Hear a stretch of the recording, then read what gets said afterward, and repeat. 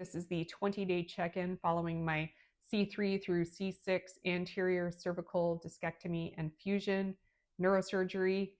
This was to arrest the progression of cervical myelopathy, which is a compressed spinal cord.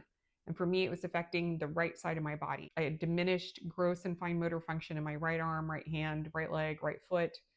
I was dragging my right foot pretty consistently. I was tripping regularly. It had affected my balance. Anything I would ordinarily do with my right hand, I was using my left hand, eating, doing my hair, doing my makeup, using a key and a lock. I was adapting and compensating constantly for any type of typing or mouse work. I was able to use a lot of the adaptive technologies that are available. I'm essentially teaching myself how to write again. I have these worksheets that I am making shapes and forming words. I also have this putty that the occupational therapist recommended to work on finger strength and grip strength and dexterity. So pinching the putty in different ways and rolling it in my hand. I also have this for some grip strength because I found myself dropping things, pens, cups of coffee, books, my phone, you name it. If it happened to be in my right hand, there was a good chance it wasn't going to stay in my right hand for very long. Right now I'm focused on the accuracy and the quality, and over time, I'll build the endurance for these types of motor skills. I'm doing things like moving coins from one bowl to another bowl or stacking coins. You would not believe how exhausting this work can be. My brain just wants to take the easier, softer way and continue dragging my foot. And so here's what it looks like today. All right, watch the right leg. Don't pay attention to the right arm just yet. That's a different story. I'll get to that in a minute. But I'm really working on my heel strike and following all the way through.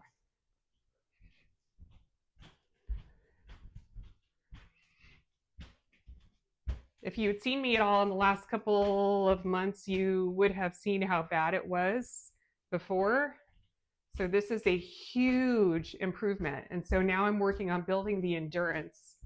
And last week I wore a pair of crappy shoes out for one of my long walks and gave myself shin splints. So I had to take a bit of a break from that. My PT has been really helpful. So my workouts consist of doing things like up on the toes, up on the heels, up on the toes, up on the heels.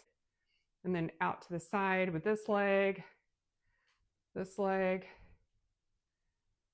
For arms, I'm pretty much trying to work on my range of motion. Just, this one reminds me of from Are You There, God? It's Me, Margaret. The big issues I have right now is my right shoulder. So here's my left shoulder. You can see it's normal looking, but look at my right shoulder. It rolls in. This is where it wants to go, and my arm has been wanting to guard like this for a while. So I'm really working on straightening my arm and rolling my shoulder back and down. My body does not want to do that. So the neurological fatigue is huge.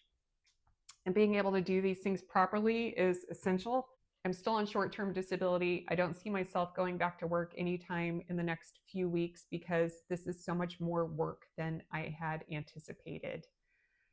Teaching myself how to write again and teaching myself how to walk again takes a lot of physical energy and a lot of mental energy. The cognitive load with going through all of these different exercises and doing them consistently and just chipping away at it, and also not getting frustrated when my system just times out and it's too much. For instance, this morning I decided, I'm going to try to put on some makeup. And when I was doing my writing exercises, my right hand had pretty much said, nope, you've already used up your time with us this morning. Try again this afternoon. So it's frustrating. As somebody who has 2 master's degrees, I'm teaching myself how to write again. As somebody who's run a lot of ultra marathons, I'm teaching myself how to walk again. Oh, it's emotionally, it can be hard, but I also have a really strong network of friends and I can reach out and talk to somebody about it. I have some good journaling prompts. If I'm feeling frustrated, I can just word vomit on a page and feel better almost instantly once I do that. I know that if I try to jump back into my normal life, even working remotely for a couple of hours a day, I would just revert back to the compensatory habits that I've had for the last year, year and a half, and that's not going to do me any good. Thank you all for your continued support. I'm still not cleared for driving. I probably won't be for at least a few more weeks. This is still going to be a big part of my life for probably the next, I don't know, 3 to 4 weeks. I go back to the neurosurgeon and also a neurologist on June 16th to determine next steps. I think these are recommended for about 4 weeks, 24/7. And then a lot of people choose to still wear them in public, mostly as a warning to other people and also as a reminder for ourselves to not do anything sudden. So, yes, not even 3 weeks into this 10-week long recovery, I'm not allowed to lift anything more than 10 pounds for 10 full weeks. So I'm still very dependent on other people. So thanks to all who have come to help me and those who are going to come help me. I appreciate it.